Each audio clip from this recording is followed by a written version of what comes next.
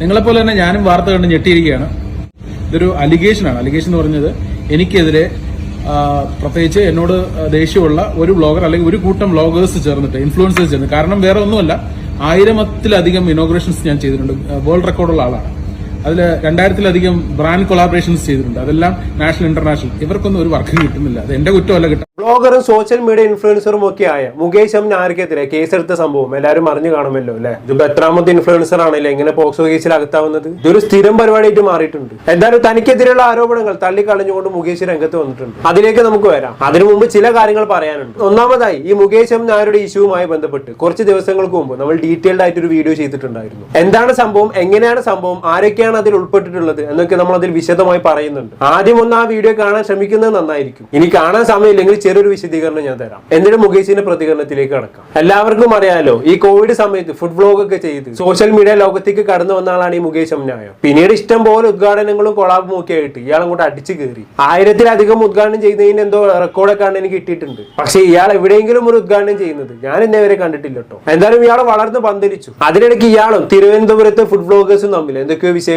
ഉണ്ടായി. പ്രത്യേകിച്ച് ട്രിവിയൻ ഫുഡ് എന്ന് പറയുന്ന വ്ലോഗറും മുകേഷ് നായരും തമ്മിൽ എന്തോ സീരിയസ് ഇഷ്യൂസ് ഒക്കെ ഉണ്ടായിട്ടുണ്ടായിരുന്നു. ഈ ട്രിവിയൻ ഫുഡിയാണ് കേട്ടോ ഇപ്പോഴത്തെ ഈ പോക്സോ കേസ് കുത്തിപ്പൊക്കി കൊണ്ടുവന്നത്. ആ പെൺകുട്ടിയെ കൊണ്ട് കേസ് കൊടുപ്പിച്ചതൊക്കെ ട്രിവിയൻ ഫുഡിയാണ്. സന്ദർഭോചിതമായിട്ട് പറഞ്ഞതേ ഉള്ളൂ. പിന്നെ നമ്മുടെ മുകേഷ് അണ്ണന്റെ മറ്റൊരു വീക്ക്നെസ് ആണ് മദ്യം. ആൾക്ക് സ്വന്തമായി ബാറൊക്കെ ഉണ്ടെന്ന് തോന്നുന്നു. മല്ലു ജെയ്ഡി കിങ് എന്നാണ് ഇയാൾ അറിയുന്നത് തന്നെ. മദ്യപാനത്തെ നന്നായി പ്രൊമോട്ട് ചെയ്യാനാണ് ആശാന്റെ മെയിൻ പരിപാടി. സ്വന്തമായിട്ട് ബാറൊക്കെ ഉള്ളതല്ലേ, കച്ചവടം നല്ലോണം നടക്കണല്ലോ. എന്തായാലും എല്ലാം കൊണ്ടും നല്ലൊരു സുഖജീവിതം നയിക്കുന്നതിനെടുക്കാണ് 1.5 മാസം മുമ്പ്, കൃത്യമായി പറഞ്ഞാൽ ഫെബ്രുവരി 13, അതായത് വാലന്റൈൻസ് ഡേന്റെ തലേന്ന് ആശാൻ തന്നെ ഇൻസ്റ്റാഗ്രാമിൽ ഒരു റീൽ അപ്ലോഡ് ചെയ്യുന്നത്. മുകേഷ് നായരും പിന്നെ കുറെ പെണ്ണുങ്ങളുമാണ് ആ റീൽ അഭിനയിച്ചിട്ടുള്ളത്. ഒരു പ്ലേ ബോയ് ടൈപ്പ് റീലായിരുന്നു അത്. കുറെ പെണ്ണുങ്ങൾ അണ്ണന് ചുറ്റും ഇരുന്ന് വലിക്കുന്നു, കുടിക്കുന്നു, അണ്ണന്റെ ദേഹത്ത് കയറി മറിയുന്നു. ഇതൊക്കെയായിരുന്നു ആ വീഡിയോയിൽ ഉണ്ടായിരുന്നത്. അണ്ണൻ ഇങ്ങനെ ആർമാദിക്കുകയായിരുന്നു. പക്ഷെ ചെറുതായിട്ടൊന്ന് പാളിപ്പോയി. അണ്ണന് ചുറ്റും കുടിച്ച് കൂത്താടിയിരുന്ന പെണ്ണുങ്ങളിൽ ഒരാൾക്ക് പ്രായപൂർത്തി ആയിരുന്നില്ല. വെറും 15 വയസ്സ് മാത്രം പ്രായമുള്ള പെൺകുട്ടിയായിരുന്നു അത്. ആ വീഡിയോയുടെ പ്രധാന ആകർഷണം തന്നെ ബിക്കിനി ടൈപ്പ് വസ്ത്രം ധരിച്ച ഈ പെൺകുട്ടിയായിരുന്നു. ആ കുട്ടിയാണ് ഈ റീൽ ഹൈലൈറ്റ് ചെയ്ത് കാണിക്കുന്നത്. കഴിഞ്ഞ ദിവസം വരെ ആ റീൽ മുകേഷ് അണ്ണന്റെ അക്കൗണ്ടിൽ ഉണ്ടായിരുന്നു.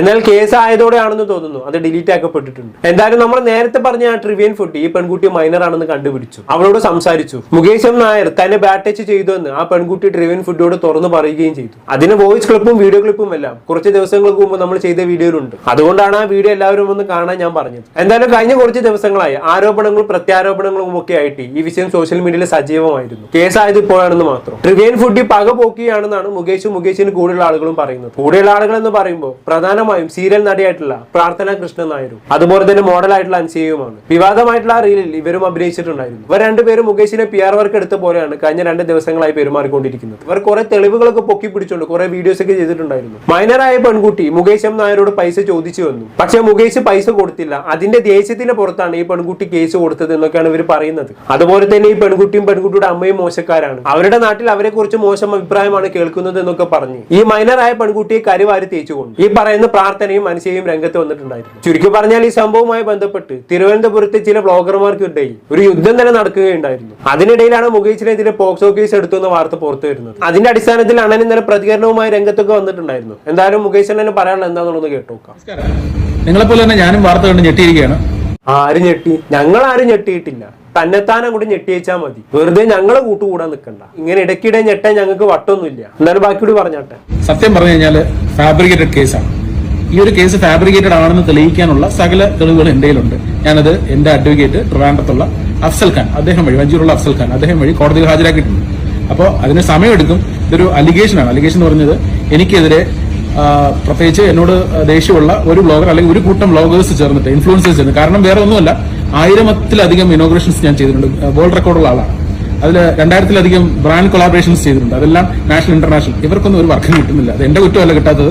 അപ്പൊ അതുകൊണ്ട് അങ്ങനെയാണല്ലേ. തിരുവനന്തപുരത്തെ ബ്ലോഗർമാരെല്ലാരും കൂടി തനിക്കിട്ട് പണിതതാണെന്നാണ് ആശാൻ പറയുന്നത്. എല്ലാവർക്കും അണ്ണനോട് അസൂയ. സകല ഉദ്ഘാടനവും കൊളാബും വേറെ ആർക്കും കൊടുക്കാതെ തന്നെ താൻ ഒറ്റയ്ക്ക് ചെയ്തു കഴിഞ്ഞാണെങ്കിൽ ആർക്കായാലും അസൂയ തോന്നും. അത് വേറെ കാര്യം. പക്ഷെ ചെറിയൊരു പ്രശ്നം ഉണ്ടല്ലോ അണ്ണ. അസൂയ മൂത്ത പോക്സോ കേസ് ആവില്ലല്ലോ. ഇത് അന്തരീക്ഷത്തിൽ നിന്നും പൊട്ടിമുളിച്ചുണ്ടായ കേസൊന്നും ഇല്ലല്ലോ. ആ പെൺകുട്ടി തന്നെ പറയുന്നുണ്ട് അവളെ ബാറ്റ് ടച്ച് ചെയ്തു എന്ന്. വേണമെങ്കിൽ ആ ഓഡിയോ ക്ലിപ്പ് ഞാൻ ഒന്ന് കേൾപ്പിച്ചു തരാം. ഷൂട്ടിനിടയില് ഈ ഞാൻ ഫ്രണ്ടിൽ ഇരുന്ന് എന്നെ പിടിച്ചിട്ട് അഞ്ച് എന്തായാലും പറഞ്ഞത് ഈ ജസ്റ്റ് ഫ്രണ്ടിൽ ഇരുന്നത് ഫ്രണ്ടിൽ ഇരുന്നാൽ മതി എന്നോട് പറഞ്ഞു എന്നും പറഞ്ഞു. എന്നിട്ട് ഒരു ടൈമിൽ അവിടെ ഇരുന്ന സ്ഥലത്ത് അവിടെ അയാളുടെ നെഞ്ചിൽ കിടക്കുന്ന ചേട്ടന്മാർ വീട്ടിൽ കാണാമല്ലോ, ആ സ്ഥലത്ത് കൊണ്ട് എന്നെ ഇരുത്തിയിട്ട് ഇയാൾ അത്യാവശ്യം നല്ല ബേഡ് ടച്ച് ഉണ്ടാകുന്ന ചേട്ടാ, ഒപ്പറേറ്റ് പറയാം, ബേഡ് ടച്ച് ചെയ്തു, ഇയാൾ ഹിപ്പ് കയറി പിടിക്കായിരുന്നു.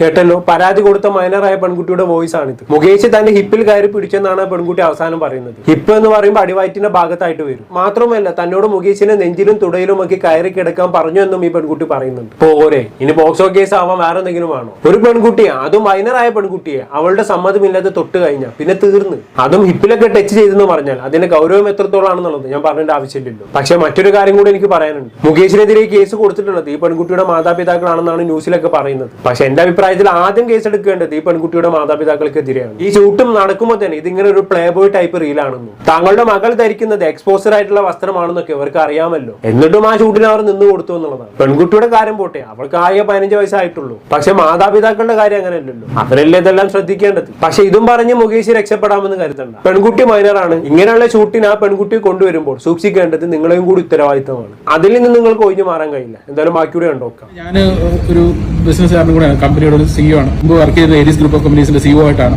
അപ്പൊ അത്തരത്തിലുള്ള ഒരു പ്രൊഫൈലിൽ നിന്നാണ് ഞാൻ വരുന്നത്. അപ്പൊ എന്റെ ഒരു ഇൻഫ്ലുവൻസർ ആയിട്ട് ഞാൻ അവിചാരിതമായി മാറിയതാണ്. അല്ലെങ്കിൽ ഒരു നല്ലൊരു ലൈഫ് സ്റ്റൈലിൽ ജീവിച്ചുകൊണ്ടിരുന്ന, അല്ലെങ്കിൽ ഇപ്പോഴും പൊയ്ക്കൊണ്ടിരിക്കുന്ന ഒരാളാണ്. അപ്പൊ അങ്ങനെ ഒരു കമ്പനി പ്രൊഫൈലിൽ ഇരുന്നിട്ട് അവിചാരിതമായിട്ട് ചില വീഡിയോകൾ ചെയ്തപ്പോൾ ആൾക്കാർ നമ്മളെ പ്രൊമോഷൻ വിളിക്കുകയും അപ്പൊ അത്തരം ഇനോഗ്രേഷൻസ് 1000-ലധികം ഇനോഗ്രേഷൻസ് ചെയ്യും, അല്ലെങ്കിൽ ബ്രാൻഡ് കൊളാബറേഷൻസ് ചെയ്യുകയും ചെയ്തിട്ടുള്ള ആളാണ്. നീ പെരിയ കൊണാണ്ടർദാ സമ്മതിച്ച്. എന്തോന്നടേ, ഇയാളാര് സരോജ് കുമാറോ? ചെയ്ത ഉദ്ഘാടനങ്ങളുടെയും കൊളാബുകളുടെയും കണക്കുകൾ ഇങ്ങനെ ഇടയ്ക്കിടയ്ക്ക് പറയണമെന്നില്ല. കോടതിയിലെ ഉദ്ഘാടനത്തിന്റെ കണക്കും അറിഞ്ഞ് ചെന്നിട്ട് യാതൊരു കാര്യവും ഉണ്ടാവില്ല കേട്ടോ. ഇങ്ങനെ ഇടയ്ക്കിടെ സ്വയം പൊങ്ങാതെടേ, കുറച്ചു നേരം ഒന്ന് നിലത്ത് നിൽക്ക്. എന്തായാലും ബാക്കി കൂടി പറയും. അപ്പം കുറെ നാളായി ഇതിന്റെ പുകച്ചിൽ തുടങ്ങി. എനിക്കെതിരെ സോഷ്യൽ മീഡിയയിൽ ഒരുപാട് സ്മിയർ ക്യാമ്പയിൻസ് നടന്നിട്ടുണ്ട്. ഞാൻ അതൊക്കെ കണ്ടില്ല എന്ന് വെച്ച് പ്രതികരിച്ചില്ല, ഇതുവരെ പ്രതികരിച്ചിട്ടില്ല. ഇത് ആദ്യമായിട്ടാണ് ഇങ്ങനെ ഒരു പെണ്ണ് കേസ്. കാരണം ഒരാളെ ഒരു പെണ്ണ് കേസിൽ കുടിക്കുക, അല്ലെങ്കിൽ അവനെ ഒന്ന് ഇങ്ങനത്തെ ഒരു കേസ്, അല്ലെങ്കിൽ പോസ്കോ എന്നൊക്കെ പറയുമ്പോൾ ആൾക്കാർ ഇനി പ്രൊമോഷനോ ഇനോഗ്രേഷനോ ഒക്കെ വിളിക്കാൻ മടിക്കും. ഒന്നുമില്ല. ഇതിന്റെ ഒരു സത്യാവസ്ഥ എന്ന് പറയുന്നത്, ഈ പറയുന്ന ആള് ഈ പെൺകുട്ടിയെ വെച്ചിട്ട് കളിച്ച കളിയാണ്. അതിലെല്ലാ പ്രൂഫും എന്റെ അടുത്തുണ്ട്. എനിക്ക് കൂടുതൽ അധികം ഒന്നും പറയാൻ പറ്റില്ല, കാരണം കോടതിയിൽ കേസുള്ളതുകൊണ്ട് എനിക്ക് ഒന്നും പറയാൻ പറ്റില്ല. അതുകൊണ്ട് നിങ്ങൾക്ക് എന്തെങ്കിലും ഈ കേസിനെ കുറിച്ച് അറിയണമെന്നുണ്ടെങ്കിൽ നിങ്ങൾക്ക് ട്രിവാൻഡ്രത്ത് അഫ്സൽ ഖാൻ, എന്റെ വക്കീലാണ്, അദ്ദേഹത്തോട് സംസാരിക്കാം. അദ്ദേഹം എല്ലാ വിവരവും നിങ്ങൾക്ക് തരും.